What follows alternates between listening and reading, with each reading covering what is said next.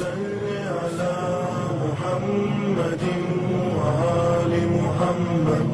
اللهم كل وليك الحجة ابن الحسن صلواتك عليه وعلى آبائه في هذه الساعة وفي كل ساعة وليا وحافظا وقائدا وناصرا ودليلا وعينا حتى تسكنه أرزك طوعا وتمتعه فيها طويلا. اللهم صل على محمد وآل محمد. اعوذ باللہ السمیع العلیم من الشیطان اللعین الرجیم. بسم اللہ الرحمن الرحیم. الحمد للہ رب العالمین الملک القدوس السلام المحیمن العزیز الجبار المتکبر سبحان اللہ عما یشرکون. الحمد للہ الذی جعلنی من سید المرسلین ومن المتمسکین بولایت امیر المؤمنین والائمہ والصلاة والسلام والتحیۃ والاکرام علی الرسول المسدد والمحمود الاحمد والمصطفى الامجد ابو القاسم محمد. اللهم صل على محمد وآل محمد وعلى اہل بیتہ الطیبین الطاہرین المعصومین المظلومین لا سیما علی الامام المنتظر والحجة الثانی عشر. اللهم عجل فرجهم وأهل غدوهم ولعنة الله على أعدائهم أجمعين. أما بعد فقد قال الله تبارك وتعالى في كتابه المجيد وفرقانه الحميد. بسم الله الرحمن الرحيم. فإما يأتينهم مني هدى فمن تبع هدى فلا خوف عليهم ولا هم يحزنون. اللهم صل على محمد وآل محمد وعجل فرجهم اجمعین.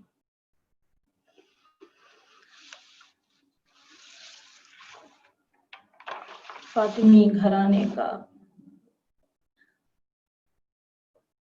رضوی گھرانے کا اکلوتا چشم و چراغ امام تقی الجواد. آج امام کی مخصوصی ہے. علماء کہتے ہیں کہ جب کبھی بھی کسی امام کی مخصوصی میں جایا کیجئے تو اس کے کم سے کم آداب یہ ہیں کہ جس امام کی مخصوصی میں بیٹھے ہیں اس امام سے منسوب کوئی فضیلت اپنے ساتھ تبرکن لے جائیں. جس امام کی آج شہادت کا بیان ہے وہ امام تقی الجواد ہے. امام کا تقوی ساتھ لے کر جائیں گے یا امام کی جود و سخا، جو کچھ بھی ساتھ لے جائیں گے وہ برکت کے حصار میں ہوگی، کیونکہ یہ وہ اہل بیت میں سے وہ چشم و چراغ ہیں جس کے لیے امام رضا علیہ السلام نے فرمایا لم یولد فی الاسلام مثل مولود. ایسا کوئی مولود اسلام میں کوئی پیدا ہی نہیں ہوا تھا. اعظم برکتاً علی شیعتنا منہ. یہ وہ میرا بیٹا ہے جو شیعوں کے لیے بہت برکت کا سبب ہوں گے. یا مولا، شیعوں کے لیے برکت کا سبب ہونا، ایسا مولود ہونا رسول کی ولادت سے بڑھ کر اور کیا، رحمت للعالمین جو ہے علی کی ولادت سے بڑھ کر، فاطمہ الزہرا کی ولادت سے بڑھ کر، یا حسنین کی ولادت سے بڑھ کر، پنجتن کے سلسلے مبارک سے لے کر امام رضا تک ہر امام کی ولادت باعث رحمت ہے، باعث برکت ہے، باعث عافیت ہے، باعث آسودگی ہے. لیکن امام تقی جواد کے لیے جیسی حدیث مبارک ہمیں ملتی ہے، امام خود اپنے لیے فرماتے ہیں ہم تمہارے لیے سبیل ہیں، ہم تمہارے لیے ہدایت ہیں، ہم تمہارے لیے راستہ ہیں، ہم تمہارے لیے ایک ایسی مشعل راہ ہے، نقش پا ہے جو دنیا میں خیر ہے، آخرت میں بھی خیر ہے. اب اس امام کی حدیث کو جاننے کے لیے جو امام نے فرمایا کہ شیعوں کے لیے برکت ہے، تھوڑا سا تاریخ کے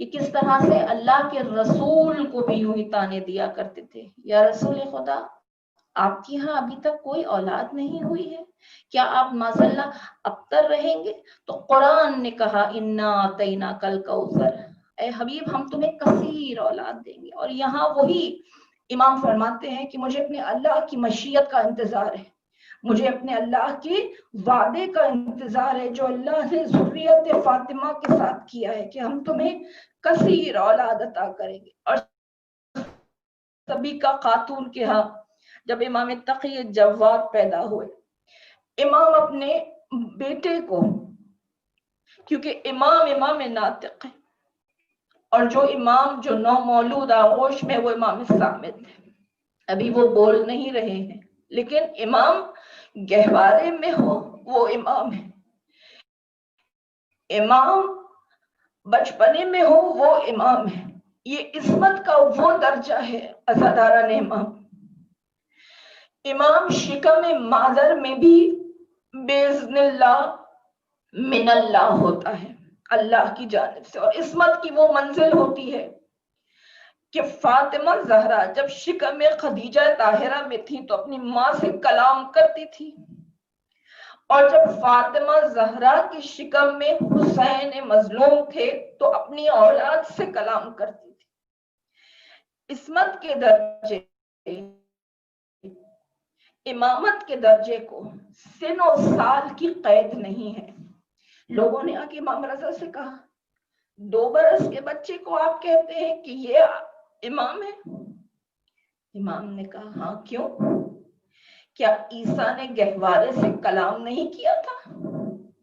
کیا عیسیٰ نے قرآن سے مثال کون جھٹلا سکتا ہے؟ کیا عیسیٰ نے گہوارے سے کلام نہیں کیا؟ اور کیا تم نے رسول کی زبان سے نہیں سنا کہ جب علی آغوش رسالت میں آئے تو آنکھیں کھولتے قرآن کی تلاوت کی، اس قرآن کی جس کا ابھی ظاہری نزول نہیں ہوا؟ کہا یہ عصمت کا وہ درجہ ہے، عصمت کا وہ درجہ ہے جہاں نفس کی طہارت، نفس کی منزل پر امام ہوتا ہے، امام اللہ کی جانب سے نفس کی منزل پر،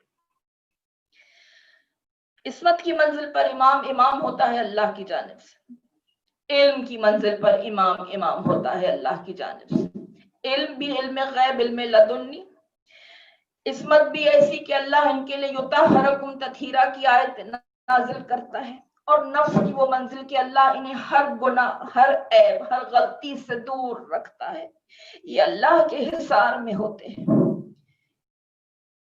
سن و سال کی یہاں قید نہیں۔ کیوں؟ کیا تم نے ذوالشیرہ کی منزل پر نہیں دیکھا؟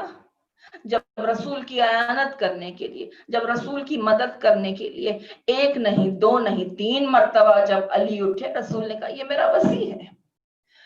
جب علی کی 8 برس کی عمر تھی، آج امام محمد تقی کی 8 برس کی عمر ہے، جب اعلان امامت ہوا، اعلان امامت ہوا۔ یہاں ایک نقطہ کہتی ہوئی ضرور گزر جاؤں گی، سب سے زیادہ حجت امام سے آپ کے اپنوں نے کی، آپ کے اپنے شیعوں نے کی۔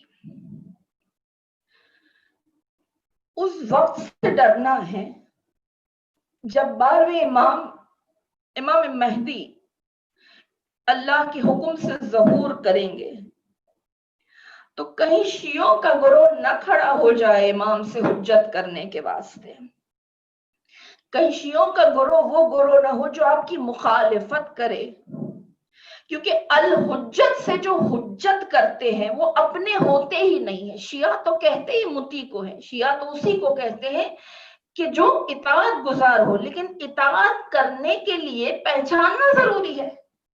امام کو امام پہچاننا پہلے شرط ہے، پھر اس کے بعد منزل آتی ہے اطاعت کی۔ پہلی منزل تو پہچان کی آتی ہے، پہلی منزل تو معرفت کی آتی ہے۔ تو کچھ لوگ ایسے ہوں گے جو امام کو امام ہی نہیں مانیں گے، اور کچھ لوگ خدا نہ کرے ایسے بھی ہوں گے، روایتیں لکھتی ہیں کچھ لوگ ایسے بھی ہوں گے جو کسی غیر کو معاذاللہ امام سمجھنے لگیں گے۔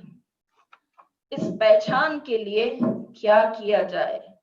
ظاہر کی آنکھ سے نہ تماشا کرے کوئی، ظاہر کی آنکھ سے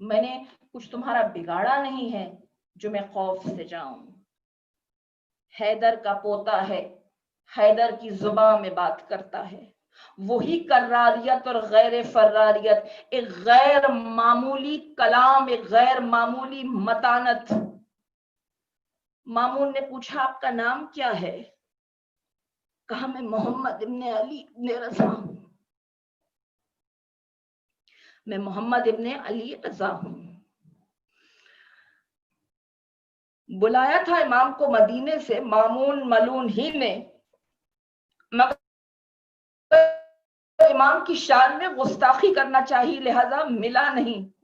لیکن اللہ نے یوں سبب ملاقات کیا اور یاد آ گیا مامون کو جو اس کے درباری نے کہا تھا کہ اے مامون تجھے سب سے بڑا خطرہ آل محمد سے ہے. یہ وہ لوگ ہیں جو ایک مرتبہ ان سے ملاقات کر لیتا ہے وہ انہی کا ہو جاتا ہے. یہ وہ لوگ ہیں جن کے چہرے پہ وہ وقار ہے، وہ متانت ہے، وہ فیض ہے، وہ اورا ہے، وہ بسونا ہے، جو ان کے احاطے میں آتے ہیں ان پر عجیب کیف طاری ہو جاتا ہے. اور ان کا علم علم لدنی ہے، کیونکہ یہ علم میں وہ ہے جن کے یہ قرآن کہتا ہے راسخون فی العلم. نہ ان کے علم کی حد ہے، نہ ان کے عصمت کی حد ہے، نہ ان کی روحانیت کی کوئی حد ہے. مامون نے کہا آپ میرے ساتھ چلیے. مامون نے کہا آپ میرے ساتھ چلیے اور میری بیٹی ام الفضل سے عقد کیجیے، میری بیٹی سے عقد کیجیے. اگر کوئی سمجھتا ہے کہ یہ جملہ اہل بیت کی محبت میں کہا جا رہا ہے تو تاریخ آپ مجھ سے بہتر جانتے ہیں، یہ ایک پولیٹیکل عقد تھا. در حقیقت مامون چاہتا تھا کہ کسی طرح سے بھی امام پر نظر رکھی جائے، کہیں ایسا نہ ہو کہ محبان اہل بیت کی تعداد بڑھتی چلی جائے. اور تاریخ میں یوں بھی روایتوں میں لکھا جاتا ہے مامون دشمن صحیح نہیں کر سکتا نا. یاد نہیں آپ کو جو رسول کے دشمن تھے دشمنی کرتے تھے، جنگ لڑتے تھے رسول کے مقابلے میں، تکلیف اور ایذا پہنچاتے تھے، لیکن اپنی امانتیں دینے اسی رسول کے پاس آتے تھے. یہ ہے کردار، یہ ہے کردار. تو مامون جانتا تھا کہ ہاشمی گھرانے کی فضیلتوں کا کوئی مقابلہ نہیں کر سکتا، لہذا ایک ایسی اولاد میری نسل سے پیدا ہو جائے، میری نسل سے پیدا ہو جائے، عباسی خاندان اور ہاشمی خاندان کی ایک اولاد پیدا ہو تو کچھ فضیلتیں میری نسل میں بھی آ جائے. بس قرآن کی یہ آیات ذرا بھول گیا تھا کہ شجرہ طیبہ کو شجرہ خبیثہ سے کبھی نسبت نہیں ہے، یہ دونوں برابر نہیں ہوتے. اور اللہ کا وعدہ ہے کہ نسل تو ہمیشہ صرف اور صرف صالحین سے چلے گی، چاہے وہ زوجہ لوط کی ہو یا وہ پھر بس اے خدیجہ نسل تو صرف آپ ہی سے چلنا ہے، صالحین سے چلے گی. اے خدیجہ دو جہاں کی تم کو، اے خدیجہ دو جہاں کی تم کو